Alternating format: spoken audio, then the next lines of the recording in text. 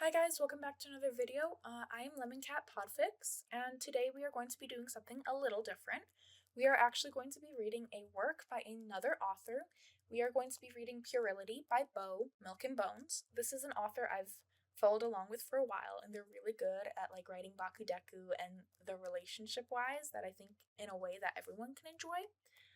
I do recommend you go check out any of their works, leave kudos, leave comments. I really, really love them, and I think they deserve a lot more recognition in the fandom.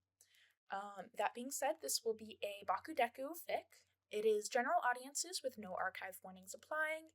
It is an alternate universe with no quirks. It is a meet cute and tooth-rotting fluff. So I know that's not my usual thing that I've been reading on this channel so far, but I really love this fic. I went back and read it last night, and I just really like it. Again, please go check out them. They are really nice. The summary for this one is 2,000 yen, he's cheating on her.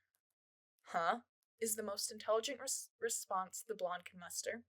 The smaller man subtly nods his head forward to the two frantic females, whose conversation is steadily getting louder. Photographic evidence, no communication, and no location. Katsuki's eyes slowly drift ahead again before his brain finally reboots. A teasing smirk spreads across his lips as he takes the bait. He shifts sideways to give the greenette more room to see the teenagers around his large stature as he leans down to whisper, 3,000 yen, that it's with her best friend. The author notes on this one are, look at that, I'm alive, here to serve you Bakugou. And serve they did, I really love this fic. Katsuki stands in line at his local convenience store at ass o'clock in the morning with a handheld basket hanging off his arm, carting 4 simple items. Now, any other night, he would be tucked comfortably inside the abyss of his bed and absolutely dead to the world for another several hours.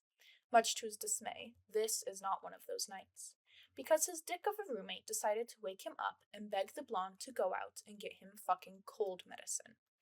And Eijiro had the audacity to call himself a man. If Katsuki didn't have to deal with the redhead loudly complaining for the next several days, he would have gone right back to bed.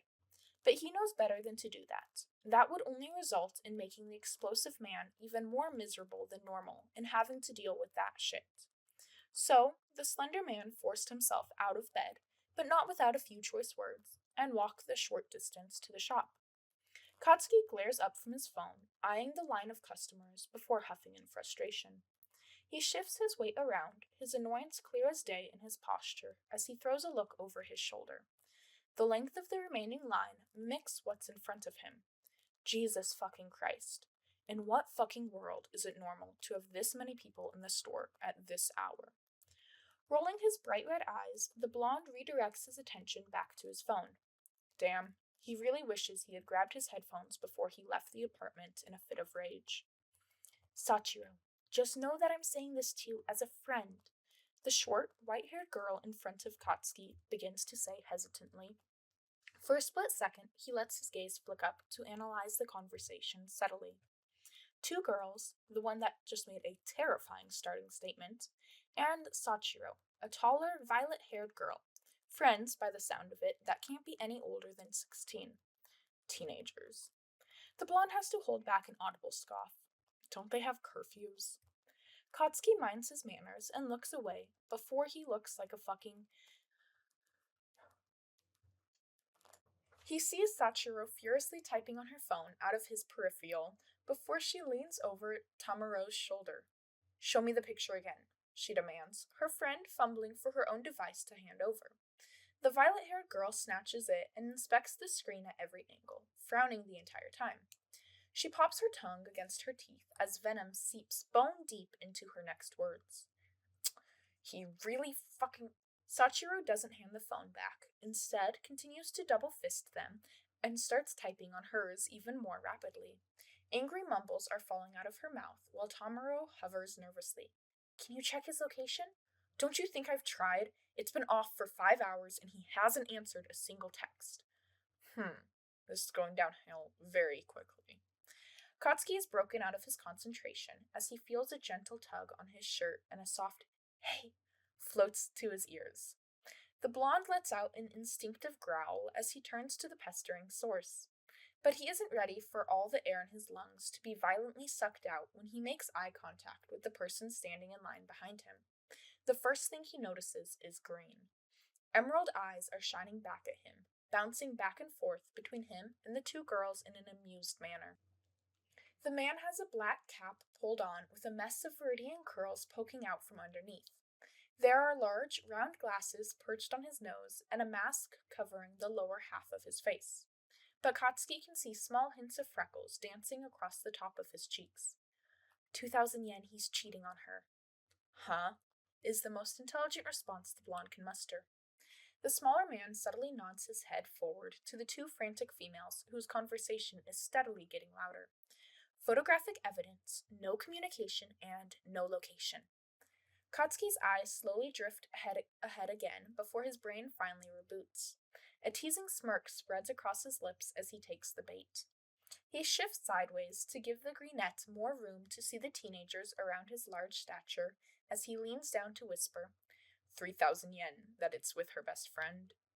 The smaller male sucks in a breath, a scarred hand flying up to cover his mouth, despite the mask. So we're going to play dirty, he giggles, and the blonde's chest convulses at the sweet sound. Just as Katsuki is ready to fire another line in retaliation, because he's about to sweep.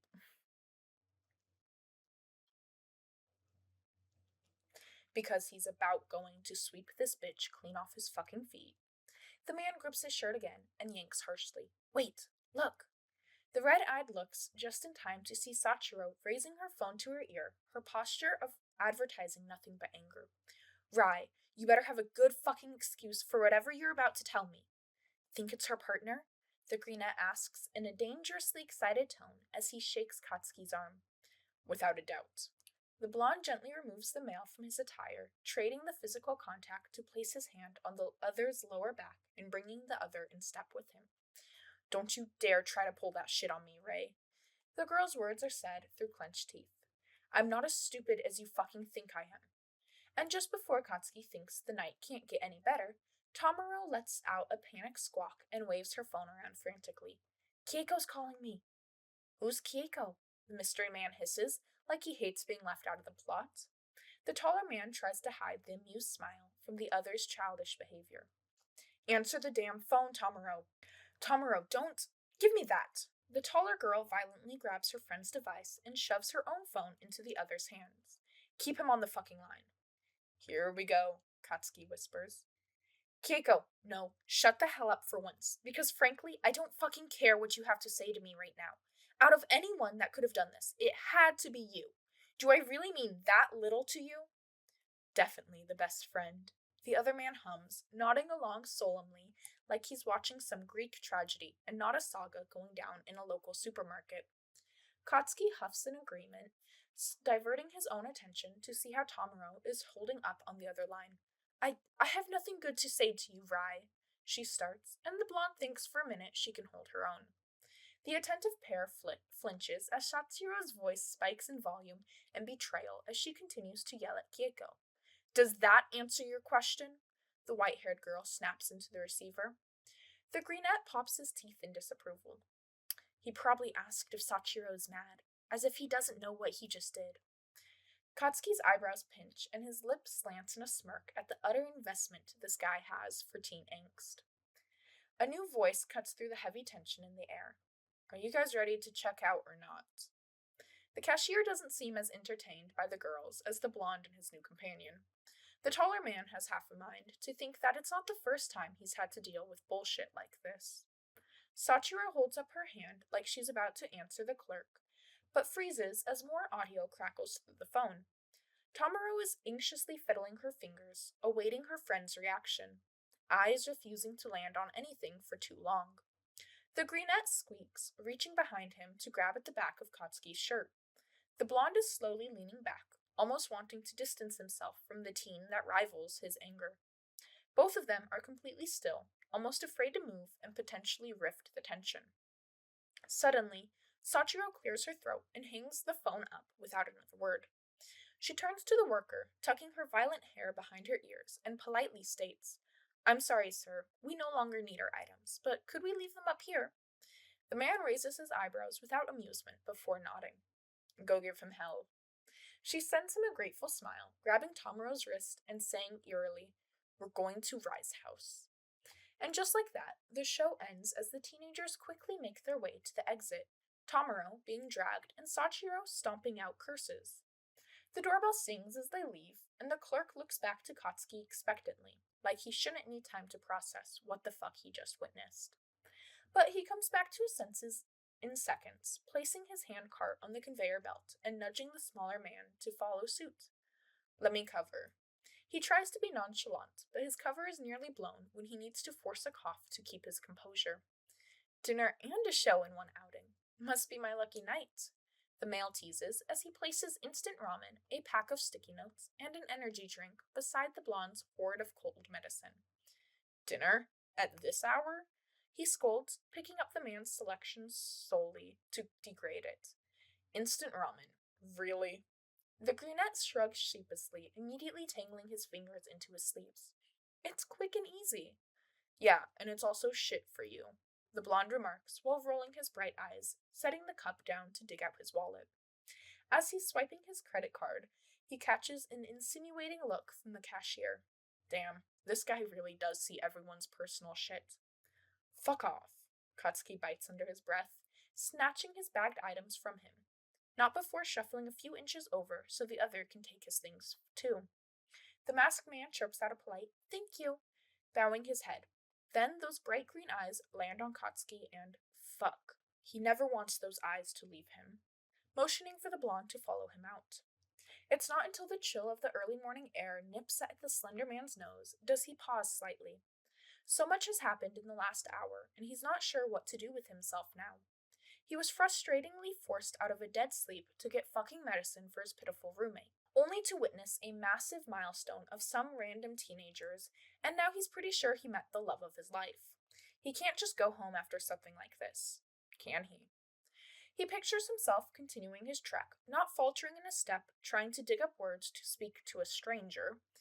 He would be heading back to his apartment to deliver the items and grumpily crawl back to bed before he needed to get up for the day. From there, the timeline of his life gets more and more bleak without the presence of the person he just met. He never have those damn eyes on him again. He's not even going to be able to step foot in the supermarket without scanning the area looking for any sign of green. And what the fuck is all that? Why does it distress him so much? The sound of a can pop opening gains his attention, and he watches as the other lowers his mask to take a long pull from the energy drink. Fuck. Katsuki had been breathless when the mask had been on. He didn't realize how wildly unprepared he was to see the rest of his face. Rounded cheeks that are begging to be bitten, a smile that no one else should ever be able to see, and a nose that would be easy to flick teasingly. Oh, but those freckles. They're everywhere. Well, that was fun, the greenette sighs, rolling his head tiredly. Without thinking, the blonde thrusts out his hand. Katsuki. He just has to know. There's a beat of silence before a calloused hand slides into his. Izuku, thanks for playing along with me. It was really nice to meet you, Katsuki. God, his given name has never sounded so good. Yeah, I don't think I've participated in something so damn childish before, he gruffs, stuffing his hands in his pockets as soon as it's released. Izuku gawks mockingly. As if you didn't get into it. But you're forgetting that I had been minding my business before you demanded my attention. Demanded? You could have just left the poor teenagers alone. I'm not the one who bought children's mucinex, Izuku fires back, with narrowed eyes.